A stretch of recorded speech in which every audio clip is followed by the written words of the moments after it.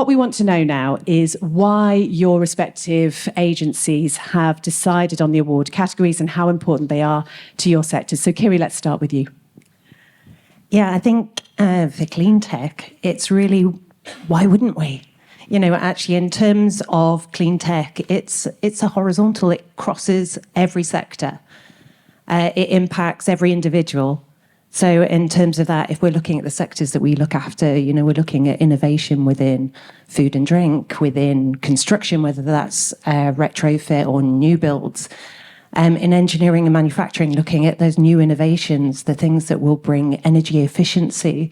So it is in and through everything. And as a biosphere nation, actually, we want that sustainable innovation here on the island, I suppose. So yeah, so why not? You know, actually, that's really where we want to look to grow, to partner, to collaborate with businesses. And yeah, it's really key. It's called out in our economic strategy in terms of being a strong, diverse economy that is sustainable. So it's in and through every aspect. And do you think the public understands what clean tech is all about and just how amazing it can be? I think perhaps they didn't. You know, when we first started looking at clean tech and had it called out within our strategies maybe 5 years ago, it was very much, you know, what is clean tech? We don't understand what this is. But I think when we're starting now to talk about clean technologies, green technologies, climate technology, I think there is a better understanding now in terms of that. And especially with the biosphere, there's more education in the schools in terms of, you know, actually the children understanding what that is. Even when we go and buy, you know, something for your home in terms of a refrigerator or a washing machine, you're looking for that energy rating, you're looking for that, you're looking for the next technologies when you're fitting a heating system in your home, when your car, you're looking at EVs or hybrids. You know, it's becoming much more commonplace and everyday now. Well, Michael Crowe, the same question to you. Why did Finance Isle of Man choose the FinTech Award and how important is it to the sector? Thanks, Beth. And yeah, good morning, everyone. It's a pleasure and an honour to be here today. And on behalf of Finance Isle of Man, you know, we're thrilled to be involved and witness the forward-thinking spirit that each of you have brought to this competition. You know, fintech, you know, financial technology, financial services is the cornerstone of the economy, and evolution and innovation is at its core. You know, today we're not just looking at a challenge, the finale of the challenge at this time. We're celebrating the beginning of new opportunities and potentially the promise of interesting, innovative businesses choosing to use the Isle of Man and come here to develop their own growth story.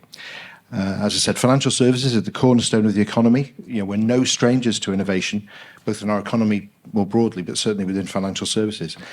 The accelerating pace of change that I've certainly seen in my career and earlier, is amazing. And what we now call fintech really exemplifies that to me. So anything we can do to break down traditional barriers, create a more inclusive system, and working with the breadth and depth of our existing sector here on the Isle of Man, I think presents a unique opportunity to become a hub for innovation. We present a well-established and well-renowned financial and professional services community with a supportive regulatory environment and a culture of innovation. And I think, again, the same question really is I wonder how well the public understands that. There's so much that goes on in the background that really is to their benefit. Yeah, I think that's true. A lot in terms of financial services, professional services. I think probably the customer-facing aspect is relatively stable, and you know what we're talking about today. You know, I think is largely you might say behind the scenes or under the hood. But any initiative that helps efficiency, helps open new markets or supports growth is to our benefit, not only to our financial services sector, to people on the island, but also to the wider economy. You know, creating jobs and providing a boost in that respect as well. And Lyle, tell us your thoughts on the data and AI category. Why is that so important? Well, I think when I closed this last year, I actually mentioned that we would be looking at data this year, and data was something that was called out in the economic strategy a number of years ago. It has taken a huge amount of thought and consideration to get to a point where we could understand how we could use data to help drive the economy on the Isle of Man.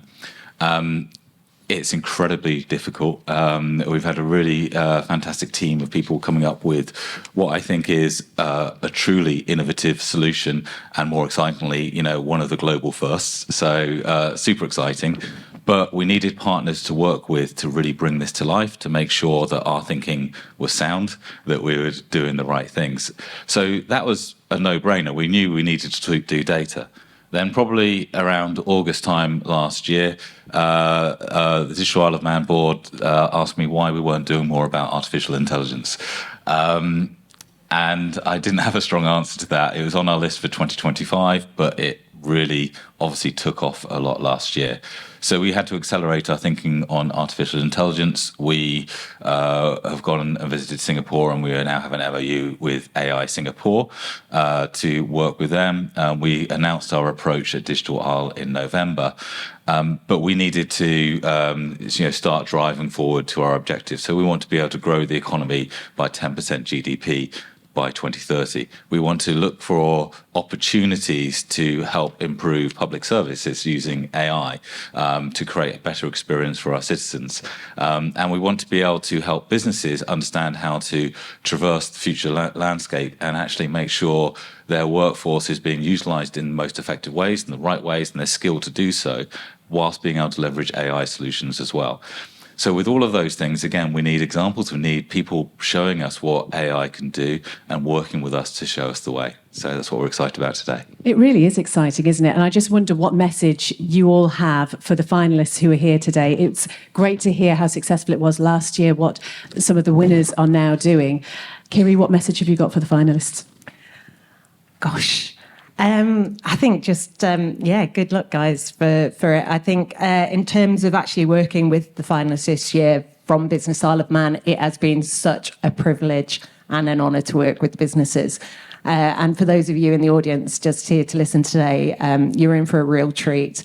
Actually, just understanding how you can take an everyday real world problem and actually put an innovative solution on it. And actually, some of them you're going to see and think, oh my word, it's such a practical solution to a problem that we're facing in every day. Why are we not doing this already?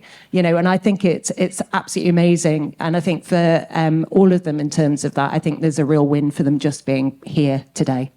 Michael? I think something that's perhaps certainly well exemplified on the Isle of Man is collaboration. Collaboration is key. By sharing resources, expertise, we overcome challenges. We can create some new opportunities. That spirit of collaboration has run through the whole of the Manx economy over generations. It's been at the centre of our economic growth, and it's at the core of what we want for the future. So I'm looking forward to that, the opportunity for people to share ideas and to collaborate, to work together with each other, with us, with government, with regulators. That's what I'm looking forward to today. And Lyle? So there's two things really. I mean, firstly, for the finalists, I'd say today is actually the beginning, not the end.